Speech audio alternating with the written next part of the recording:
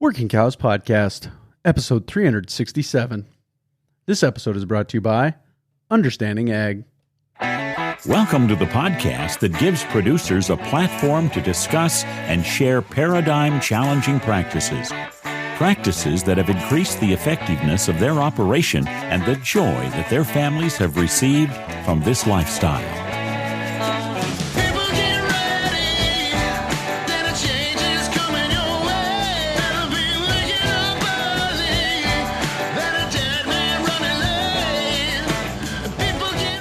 Howdy, everybody. This is Clay Connery, host of the Working Cows Podcast, recorded exclusively in the Understanding Ag studios. And this episode is brought to you by Understanding Ag. We've been fortunate to feature a number of Understanding Ag's regenerative farming and ranching experts on the podcast over the years. In that time, Understanding Ag's reputation for helping producers understand and successfully and profitably apply money-saving regenerative principles and practices has only grown. And there are two primary reasons for that. First, Understanding Ag's consultants are farmers and ranchers who've been there, done that on their own regenerative farms. And second, Understanding Ag's consultants aren't in the business to sell you costly inputs. They get no commissions and you get no pressure. Just profit-building solutions for your operation. Learn more at understandingag.com and discover the hope in healthy soil. That's www.understandingag.com. Very excited to be joined today by Aaron Berger. Once again, Aaron is, of course, the host of the BeefWatch Podcast.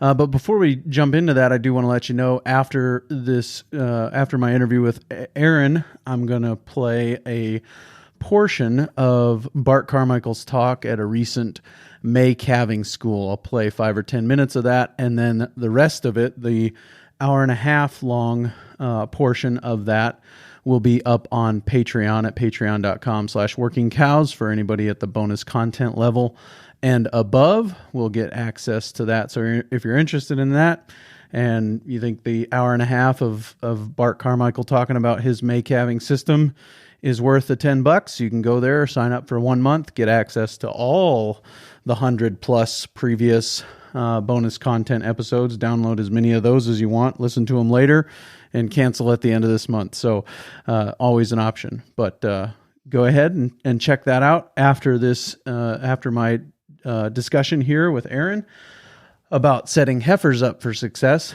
Go ahead and stick around after the interview with Aaron to hear a portion of Bart Carmichael's talk on May Calving. But today on the Working Cows Podcast, we're talking to Aaron Berger, and we are talking to him about setting heifers up for success. How do we set replacement heifers up for success within our system? So, Aaron, thanks again for joining me today on the Working Cows Podcast. Welcome back. Thanks for the opportunity, Clay. You know, I think as is typical here at the Working Cows Podcast, satisfying my own curiosity, scratching where I'm itching, and this grazing season, taking in some replacement heifers, and the bull's going to get turned out here in the middle of June, I suppose, and just kind of wanting to set them up for success, but maybe we should take it back a little farther than that. How are we setting mom up for success and at her breeding and when that calf is in utero and all those things? So maybe let's start there and work our way through that life cycle of that replacement heifer. All right. That sounds good, Clay. So I think at the outset, I just want to emphasize that reproduction is a complex event, and it's a yes or no event, right? She either got pregnant or she didn't. And so there's a lot of things that go into this. And sometimes we're disappointed in results, and then we look back and try to figure out why. Sometimes that can be clear, sometimes not so much. And so as we talk about this topic, there's not a silver bullet, at least in my experience, there's not. And there's some very good managers that thought they were in good shape and then had an unexpected event occur and were disappointed in the results. So that having been said, I know a lot of your listeners would adhere to a low-cost development type replacement heifer system, looking at finding an optimum level, not a maximum level. And some of your listeners may be just plumb happy with the 50% breed up. Others would be devastated if that occurred. And so I just recognize as we have this conversation, there's a wide range of thoughts around what's a good breed up on heifers. And so we'll have some conversation around that as we walk through this. But anyway, circling back to, what's happening to that heifer even in utero. So some interesting data out of the Goodmanson Sandhills lab where they tracked replacement heifers, and they took that data and went all the way back to the dams of those, looking at whether they were born to first calf heifers or mature cows or older cows. Interestingly, some of the biggest factors that impacted whether or not that heifer got pregnant as a yearling was first, what was the age of her dam? And so typically, if that heifer was born to a cow that was a middle-aged running age cow, say 4 to 7 or 8, she had a greater advantage than if she was from a first calf heifer. And that kind of makes sense a little bit if you think about it, because that first calf heifer is still growing herself, still maturing. And so that heifer calf born to a first calf heifer probably didn't get all the nutrients that potentially its herd mate did from an older mature cow. Second big thing on that was, when was that heifer born in her calving season? So if she was born early in the calving season, she had a greater likelihood of then getting pregnant, going into the herd. The third thing that's been interesting is looking at, of course, this applies to timing of calving. And so the Goodmanson Sandhills lab, they've got both March calving cows and May calving cows, but March calving cows that received some protein supplement during the winter on native range, their heifer calves were more likely to get pregnant as bred or as yearling heifers. And that was only like 2 pounds of a 30% type cube. So we're not talking an excessive amount. So there's some things going on even during gestation that impact that heifer's fertility, some fetal programming. And so, just as we start out, we want to strategically make sure we're meeting cows' nutrient requirements, because that impacts the calf that's in utero as she goes on and delivers that calf and goes into production.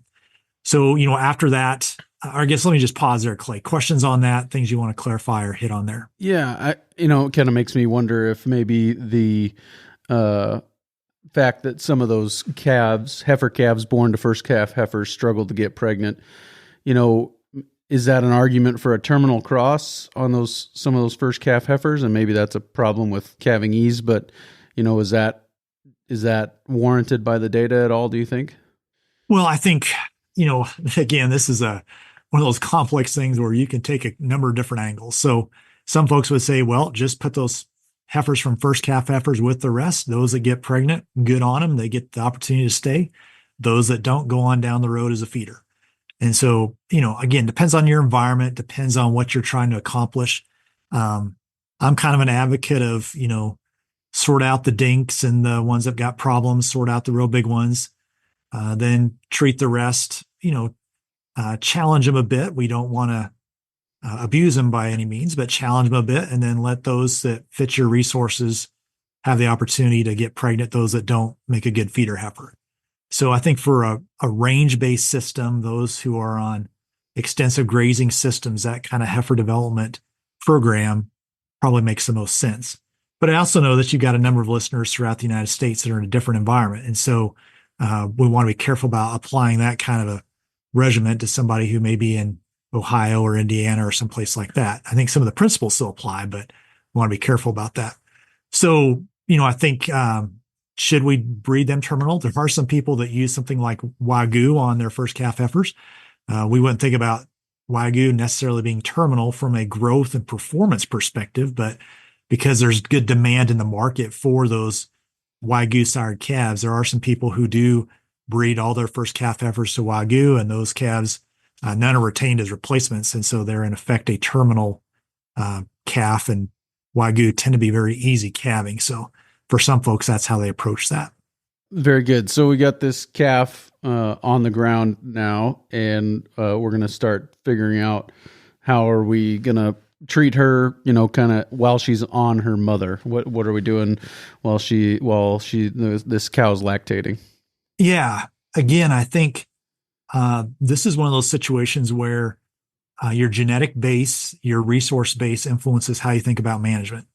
So increasingly, I'm seeing folks that are later calving. When I say later calving, April, May, running into June, looking at leaving those heifer calves on the cow for basically an extended period of time, up to 9-10 months. And so basically that heifer calf winters on the teat, so to speak, with the cow. Some of those cows are drying off and kicking those heifer calves off, but they're learning how to graze with mom. They're getting some of that, not a lot of milk, but a little bit of milk, which is high in ruminant degradable protein as they go through the winter. And so there's some evidence, some research that would say that could be beneficial in terms of grazing behavior for a heifer to be wintered on the cow like that. So that's one option. The other option is a traditional weaning program where we may be weaning them around 150 to 200 days of age. And then, we're going to grow them through the winter. I think utilizing some protein supplement, again, depending on where you're at with ruminant undegradable protein, is especially important for heifer calves that are growing and developing, still putting on muscle tissue, things like that. So that I think is worth recognizing and paying attention to. Again, especially if you're on crop residue or extensive range environments. So one of the things that we think about developing a heifer through the winter is we want her to be growing, but we want her to be not getting too fat. So kind of a target, I think, is somewhere in that 3/4 to 1.25 pounds, 1.5 pounds a day gain as we go through the winter. And then as we think about that time moving into breeding, again, depending on when you're calving, if you're calving early, say January, February, you're breeding in April. So you're going to be needing to think about harvested feed and strategically meeting that heifer's needs to do that. If, you're calving late April, May, then we're getting into a, July, August when the bull goes out with the heifer. So the plane of nutrition right prior to and through breeding is pretty important. We don't want to make major changes to the forage or feed they're being fed. So sometimes you'll see people who've got heifers in a dry lot. They're maybe using a concentrate, some corn in that ration. They AI them, and then the next day they kick them out to grass. Well, that's a major diet change. And so sometimes those heifers may be in really good shape, but actually they get kicked out to grass and they go backwards for the first couple of weeks because they're just going through an adjustment to the new feed resource that's there. So that actually can be a negative. So as we think about, rations, we think about whether it's a fed ration or what that heifer's grazing herself, what she's eating. We'd like to see those heifers at least maintaining and hopefully gaining some condition as they move into and through breeding. So the challenge that presents to us a little bit if we're breeding later in the summer, and if we're on Western range like you are, Clay, if we're not breeding till late June, July, August, what happens if it turns hot and dry and forage quality really starts to take a turn? That's where some strategic supplementation may be appropriate. Something like a distiller's cube or something like that, a couple pounds equivalent per day can make a significant difference on these first yearling heifers and first calf heifers in terms of rebreeding. Now, some folks are of the opinion, hey, if she couldn't get bred by herself, I don't need to keep her. And I understand that, but I think you got to walk the line and understand, at times some strategic supplementation can be pretty valuable. And who knows what the fall is going to bring, but the difference between a bred heifer this fall and a open feeder could be a pretty significant price. And so you might want to take that into account as you think about your strategy. Yeah. And that's kind of, again, that argument for maybe a long breeding season, a short calving period kind of a thing is where you leave that bull out there for a while. Whoever gets pregnant, then you can decide with let the ultrasound machine decide who stays. Yeah. Or you might also say, hey, if it's kind of dry, we're going to pull bulls early. We're going to put them out 30 days and then we're going to preg check, and anything that's open, we're going to move down the road more quickly. So there's a number of strategies you can use. I think you just want to think through the reasons and the why as you think about applying those. Yeah. Yeah. And that strategic supplementation is a paradigm challenging one. I think that a lot of times we think summer, no feeding, no supplementation, and then the winter is a time when we're geared up for that and we're thinking that direction. And so we kind of need that paradigm shift to get us over that hump of saying, well, it's actually really economically, this is going to have a good return on that investment. Whereas maybe locking them in a feedlot and getting them to gain more than that 1.5 pounds a day, could be detrimental, to have them overdeveloped at turnout. So kind of the two sides of that coin that we need to think about, I think, is a good point. Yeah, I agree, Clay. I think there's been scenarios where heifers were developed to be too heavy prior to breeding and then went to grass and either kind of just barely held themselves together or actually lost weight and had a less than optimal breed up. So, I'm always of the opinion, let's grow them through the winter adequately, but not get them too fleshy. And then let's take advantage of some gain right prior to and through breeding. And usually that's positive in terms of reproductive rates. Right. Yeah. And that's kind of the scenario that we find ourselves in is taking these replacement heifers in, and they've been, on hay and maybe some corn or cubes a little bit through the winter, and then they're coming here, and it happens to be a clover year here, so they've got about a month at our house before the bulls get turned out, so they're going to have a few good weeks there to put on some good condition, and that plane of nutrition is really the issue, right? That they're on an inclining plane of nutrition, they're gaining, and things are going well, and that will cause them to cycle harder, from what I understand. Is that borne out by what you've seen? Yeah, that I think improves or at least maintains cyclicity, and will bring some heifers into heat. The other thing it does is I think it's really important about maternal recognition at the time of implantation. So, I'm just going to make this simple, but if you think about a heifer that's losing weight, she may be cycling and she may actually conceive. But if she's losing weight, basically what's happening hormonally is they're saying, hey, wait a second, we're losing weight. I don't know that we want to take on a pregnancy right now. And so that can result in, not maintaining a pregnancy and having early embryonic loss. So it's as much about not only cyclicity, but also recognition of conception and implantation that occurred early on in the pregnancy. Let's take a quick break and hear a word from our sponsor today, Understanding Ag. We've been fortunate to feature some of the world's leading regenerative ag and adaptive grazing experts on our show. And many of those experts are farmer, rancher instructors from the nonprofit Soil Health Academy. This year, you'll have several opportunities to experience and profit from attending one of their remarkable on-farm schools and workshops. Whether you're interested in learning more about diversifying corn and bean rotations to increase profitability, merging multiple species and marketing, grazing on the high plains and in northern environments, regenerative farming and ranching, or enhancing profits and production in your beef or dairy operation, the Soil Health Academy has a school for you.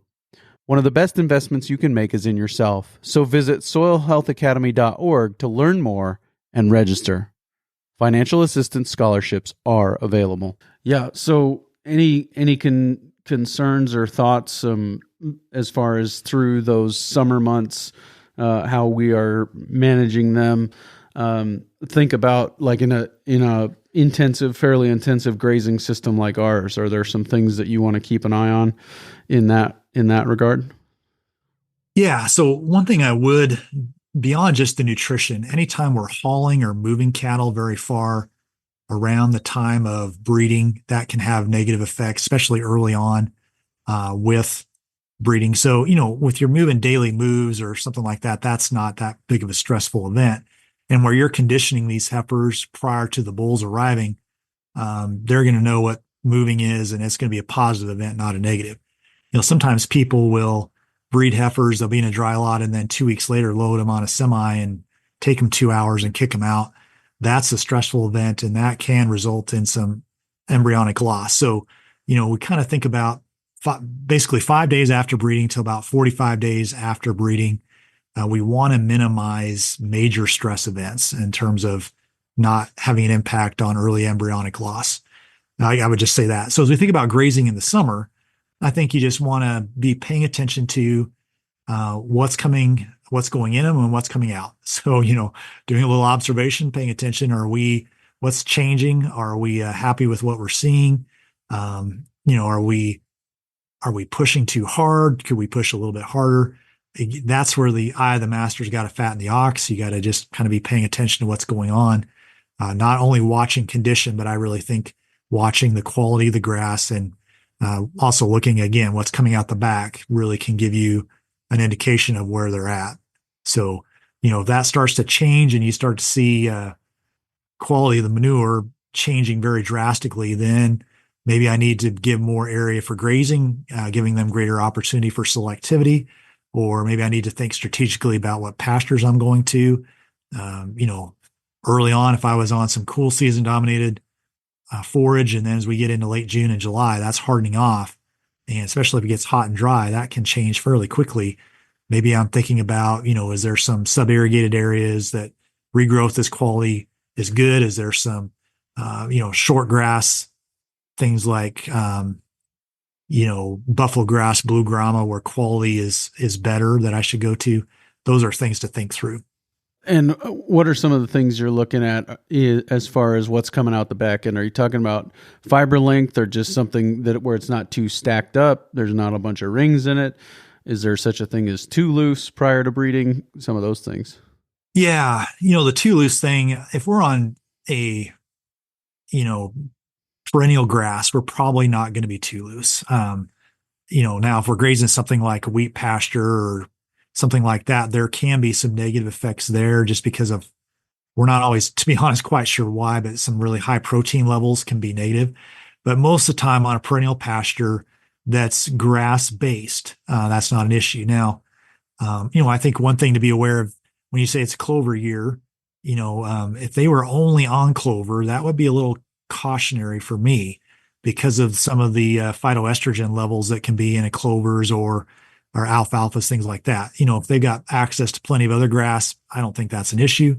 But we have seen some negative situations sometimes where real high clover amounts or alfalfa, there's some negative impacts because of the level of phytoestrogens in those when heifers or cows are breeding. So that's one thing to be aware of. But getting back to the manure, if it's consistency of pumpkin pie and it's kind of got a dimple in the middle, that's kind of a good place to be.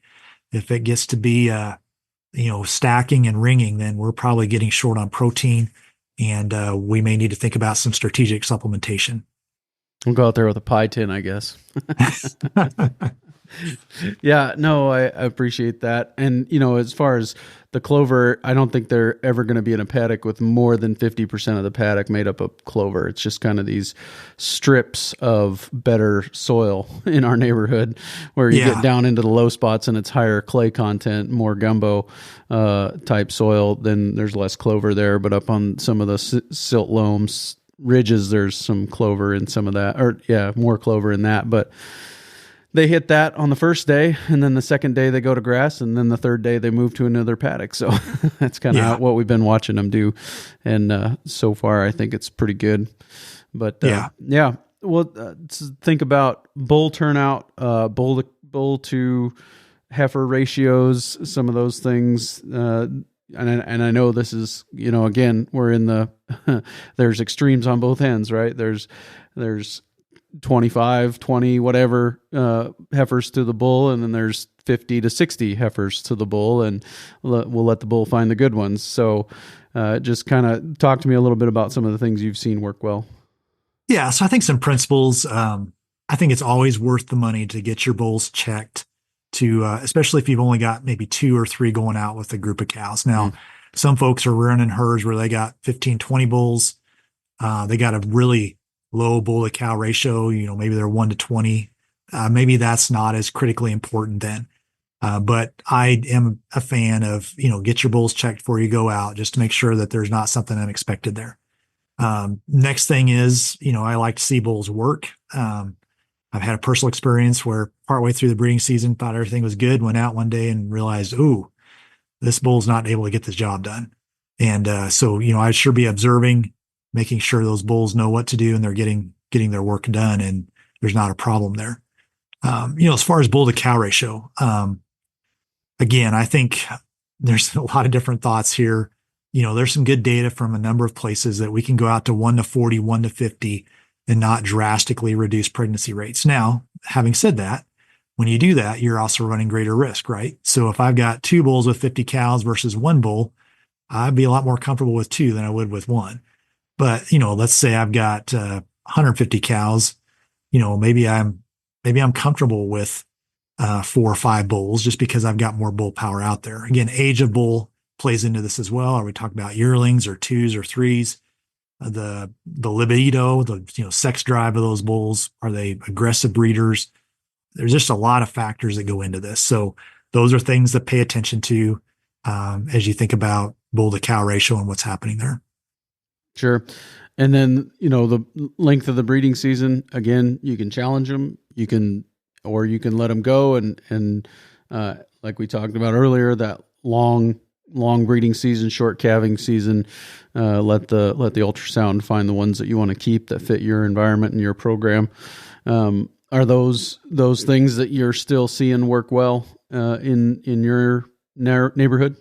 Yeah, I think so. I think you need to think about, depending on when you're calving, do my late calvers fit very well somewhere else? And do I have a package of those that I can market? So, if I'm a May, June calver, and I've got a handful of that calve in July, those are kind of no man's land, so to speak. Those may be hard to market very well. But if you've got a big package, maybe that's fine. Or, maybe you calve those yourself, intending not to keep those, and then you roll them and sell them as a fall pair to somebody else. So I think just thinking through, what are we going to do with those late calvers? How can we effectively market those? Are we going to capture value from them? That's the thing to think through, I think. So yes, I think a long breeding season, a short calving season can work well. But there are times, and this last fall of 2023, we saw some open feeders were bringing pretty close to, or in some cases even more than, some late bred heifers. And so I guess you just kind of got to pay attention and know what's going on with the market and think about marketing effectively.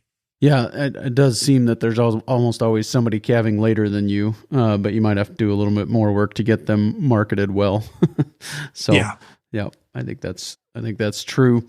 Yeah. So talk about after the breeding season, what are some things that we should be paying attention to after we pulled bulls out? What are some of the things that we need to be watching as far as setting these heifers up for success now that they're getting ready to give birth?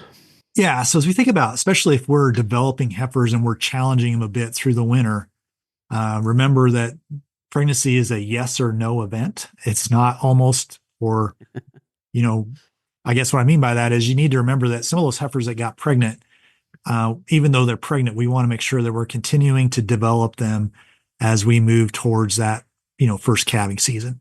And so that's, I think, paying attention to, are they continuing to gain weight? Not only did they get pregnant, but are we getting them in adequate condition at the time of calving? And so again, depending on when you're calving, I like to see first calf heifers in a body condition score 6.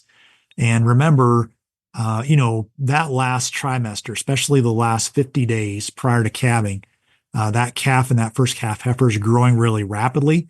And because she's still growing herself, that calf is actually limiting how much she can eat right prior to calving. So we just got to recognize that she needs to be on a quality diet, especially the last 60 days prior to calving, and is going to need to have a more nutrient dense diet than she would if she was a mature cow at the same time. So again, that's where time of calving makes a big difference. If I'm, calving first calf heifers the 20th of May, I may have 6 weeks of green grass, depending on where I'm at prior to that. And naturally what she's got access to is going to do that for me. If I'm calving the 1st of February and I'm on crop residue, I'm going to need to feed a significant amount of harvested feed that's a high quality, nutrient dense feed to be able to meet her needs and the calf's needs right prior to and after calving. So those are some things to think through. I think I'm a fan of challenging heifers through that development phase, but then once they're pregnant, and I think through that second pregnancy diagnosis, let's invest a little bit there. And we already did some selection on challenging them as the a replacement heifer, but now that they got pregnant for once, let's think about strategically getting them and keeping them in the herd. Right. And that's because those, coming 3-year-old ones that are about to calve for the second time, those coming up open, that's the hardest hit, right? Generally, economically, that's one of the hardest ones to lose. Yeah, we've spent the money and we got them to that point. Sometimes a little bit strategic money spent, again, can make the difference between a no and a yes on that second pregnancy. And so that's the group to pay attention to and just make sure we're not, being too chintzy there as we think about getting them into the cow herd. Yep. No, I appreciate that. What are some other things that you're thinking about as far as just setting heifers up for success? Have we missed something that really needs to be said here? We haven't talked about genetics very much. I think for commercial cow-calf producers, and again, there's a lot of different thoughts on this, but, just think about what are the genetics you're bringing in. And so if we look at trends over time, most breeds on average cows are bigger and they produce more milk. And so that requires more nutrients. So as you think about selection, just pay attention to that.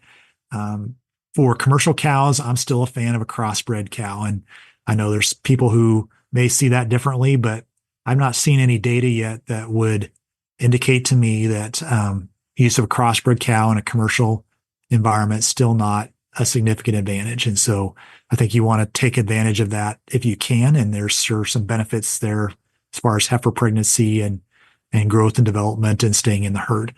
I think other things just to pay attention to is thinking about your selection process. Again, I think looking at heifers out of, middle-aged cows are probably, if you got to whittle it down, those are the ones I would look to first. And then, we also think about those older cows. But interestingly, that Gudmundsson data, heifer calves from older cows sometimes actually were a little less likely than cows from the heart of the herd. And that kind of makes sense a little bit too. The cow getting older, her, not as effective with her digestion system, not producing as much milk. And so that may be having an impact there. So, if I had to limit down and pick which heifers have the greatest likelihood of getting pregnant as a yearling, they're going to be heifers that are born early in the calving season out of a middle-aged cow. That's the one that statistically have the greatest advantage. Yeah. Interesting. Yeah. I appreciate your time today. Thank you for agreeing to come back and share a little bit of what you're seeing. So I guess with that, I'll just say, Aaron, thanks for your time today. Appreciate you coming on.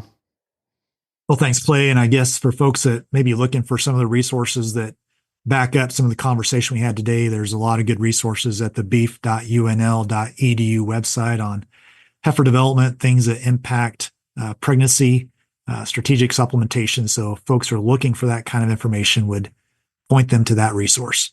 Very good stuff there with Aaron. Appreciate his detailed approach and just the way that he thinks about things and the way that he brings his extension perspective. And by that, I mean well-researched, backed up with data and all those things. And we talked a little bit about that in some bonus content that is also up at patreon.com/workingcows about his podcasting journey and how he's approached it and what he's seen happen over the years. So if you want to check that out, go ahead. And then also the rest of what I'm about to share with you will be up there. So here is a clip from Bart Carmichael, who was hosting a recent May Calving tour that District 5, I'm on the board of directors for Farm Bureau in District 5 in South Dakota. And we hosted a May Calving tour at Wedge Tent Ranch north of Faith. And Bart started us off with about an hour and a half talking about the how and why they switched to May Calving. And here's a portion of that. Well, welcome to Wedge Tent Ranch. I'm Bart Carmichael. I think I know everybody, or introduced everybody. My wife Shannon over there. And then the fourth generation is Paxton running around here. So when Clay asked me to host this, and I got real, how do we do it and set up, PowerPoint and everything. And it's like, I think just keep it casual. And so if you guys have questions, bring them. But I wanted to talk a little bit about, right off the bat, ranch resources, tradition, and history. And so when I moved here in 93, and I took every ag class there was. In fact, my junior year in high school, I was in ag for four hours a day. And everything was value added, and they promoted that. So the biggest thing we had, he's over here, value added, and don't do everything the way Grandpa did.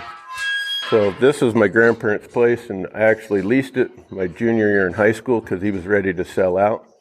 And so I leased it, and then through my senior year of high school, I'd come up here on weekends and get things set up for him. And with that value added in mind, and without not doing the way things Grandpa did, he started calving in the middle of April all the time. And so I moved here, and I was going to show him how it was done. And we come from Nundwood, which is 120 miles south. Warms up 2 weeks earlier, which even then it was still pushing it. But we turned out the bulls the 1st of June, start calving the 1st of March. Once we had heifers into production, we started them 10 days earlier, so we were at the 20th of February. And we did that for a couple of years and worked our butts off. I mean, and I was pretty proud of the fact that 2 years in a row I only lost one calf, so that tells you how hard I was working. And the only protection on this place is right here. This is the natural protection, this creek right here. The rest of the place is wide open. And so it didn't take me too long to learn that we needed to start getting out of that. And so we just move a little bit back at a time, a little bit back. And we were trying pasture calving all the time, and we were fighting it and I got a picture, and I wrote not calving weather on it. And I put it on my phone for a whole year. And I still didn't change, but we were out in the pasture, and it was cold, and there was a couple scary stories there that one time we were out in the pasture, and then it was muddy, and I don't remember if the pickup was broke down or what, but Kyler, our youngest, had went out in the middle of the night because it was storming, and I had no way to get to him, and he couldn't get back, and all he was doing was warming up calves in the pickup, and then kick them back out and pick up another one, and he stayed out there till morning. And we couldn't get to him, couldn't find him in the dark anyway if we did. And so then we started to get a little bit later, and then the last straw for us, we were calving in April, and starting about that first week of April, and we time breed all of our cows.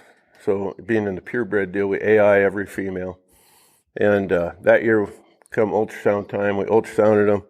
We knew we were going to have like 72% of them AI caught, and we nailed it perfect. The storm moved in like the 10th of April.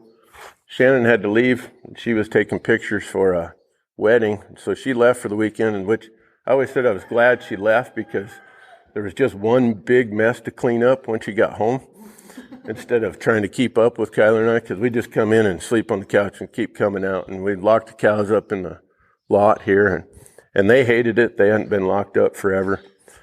And Dave Pratt had always told me either get in the game or get out of the game. And he said everything between January and May costs you money.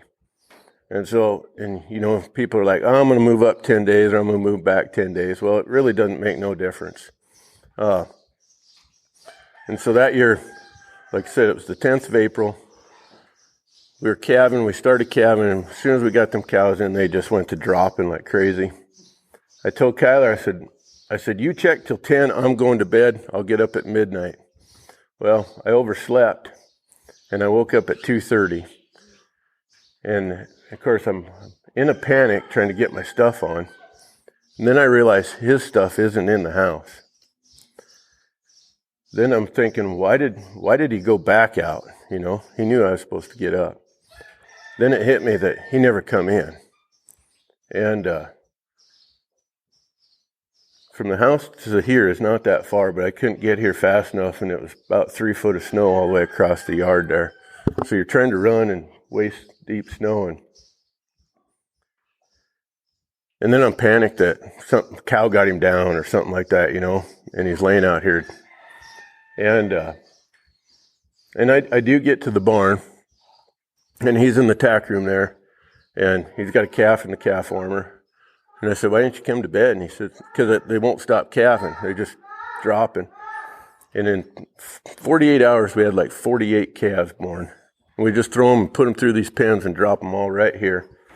And we knew we were making bums because, they weren't having time to pair up. They were calving so fast, and we just kept kicking them in here. Didn't know what else to do with them.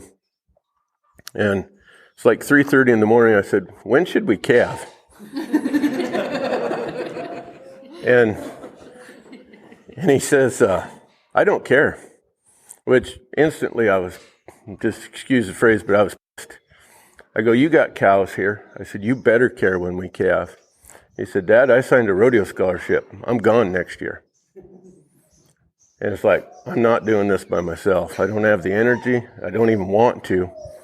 And so that was the year we just decided it was May or nothing. And so we AI'd the cows the 31st of July that year. Last year was the 1st of August.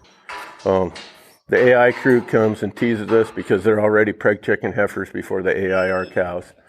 But so you think about your resources of your ranch, and like our resource, we didn't have the resources. I moved here in '93, and we built this barn immediately for calving because we knew we were the next year.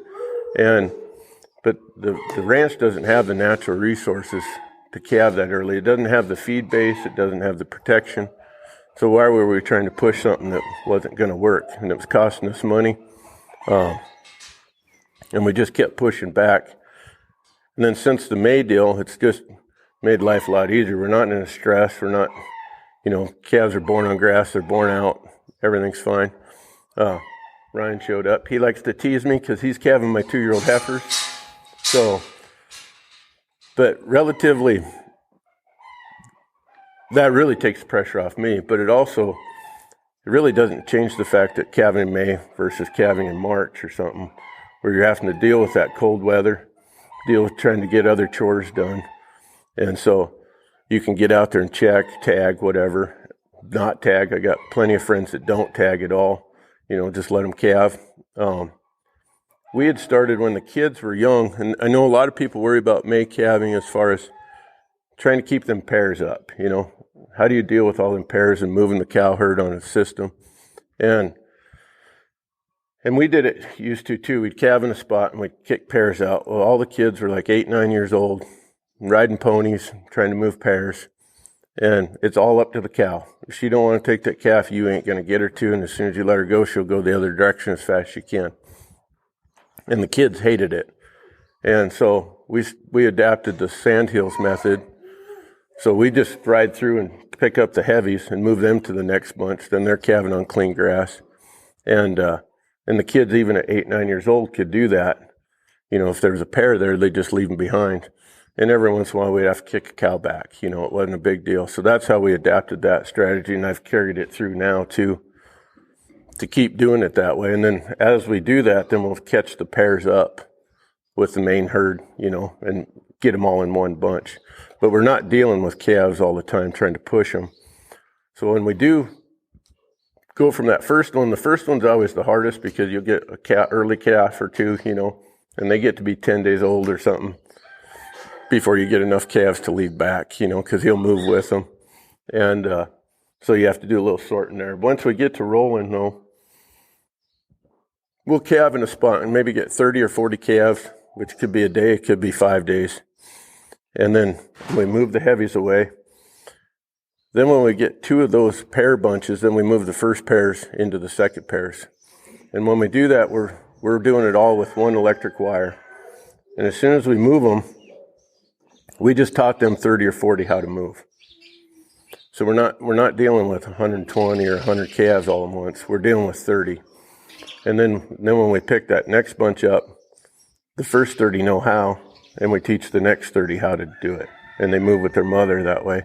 And we've worked with Tom Knopfsinger a lot on cattle handling, which also calving. So now if we see a calf or a cow without her calf, she gets chased to her calf, and we want them to pair up. And it's really starting to make a difference. First couple of years, I kind of wondered, but now them cows, they see us, they get to their calf and they pick them right up.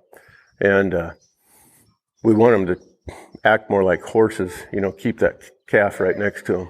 Clay? Yeah, you said you chase the cow to the calf. Is that almost like a pressure and release thing where Yep. This is uncomfortable because I'm not with my calf. When I get there, it gets comfortable? Yep. Yeah, we didn't. As soon as she even gets close to her calf, we back off, and we just want her to stay there. Had a 3-year-old the other day that, I don't know what her deal was, but she'd run right by it and keep going, and I'd go around her and push her back, and she'll get sold. She just won't stay here. But so we work on that a lot, but it's, just get them over there next to them. We want them to find them and pick them up. We want them to at least be standing there if we're coming by. Really enjoyed the opportunity to be boots on the ground once again at Wedge Tent Ranch and see what they've got going on, and to just see the way that the landscape has continued to shape the genetics there is always a lot of fun. So my son and I were sitting next to each other on the trailer ride back from the pasture tour and just looking at all those cows that really fit that Bonsma type. So it was kind of fun to see. So very good stuff there. I really appreciate Bart and Shannon welcoming us onto their place. And as I said, if you want to check out the rest of that talk, it's up at patreon.com/workingcows. Next week on the podcast, I'm going to be, got a few different directions we might be going. Might be talking to Rusty Williamson about being a visionary leader. Might be talking to Ellen Bench about all-natural livestock health. So not really sure which direction we are going next week on the podcast, but we will have something for you again real soon on another episode of the Working Cows Podcast. We'll see you then. We invite you to visit workingcows.net to subscribe to the show via iTunes or Stitcher. You'll also find detailed show notes pages, resources from our guests, and the industry leaders who have influenced them. For more ideas on putting your cows to work for you in a more profitable way, tune in next week.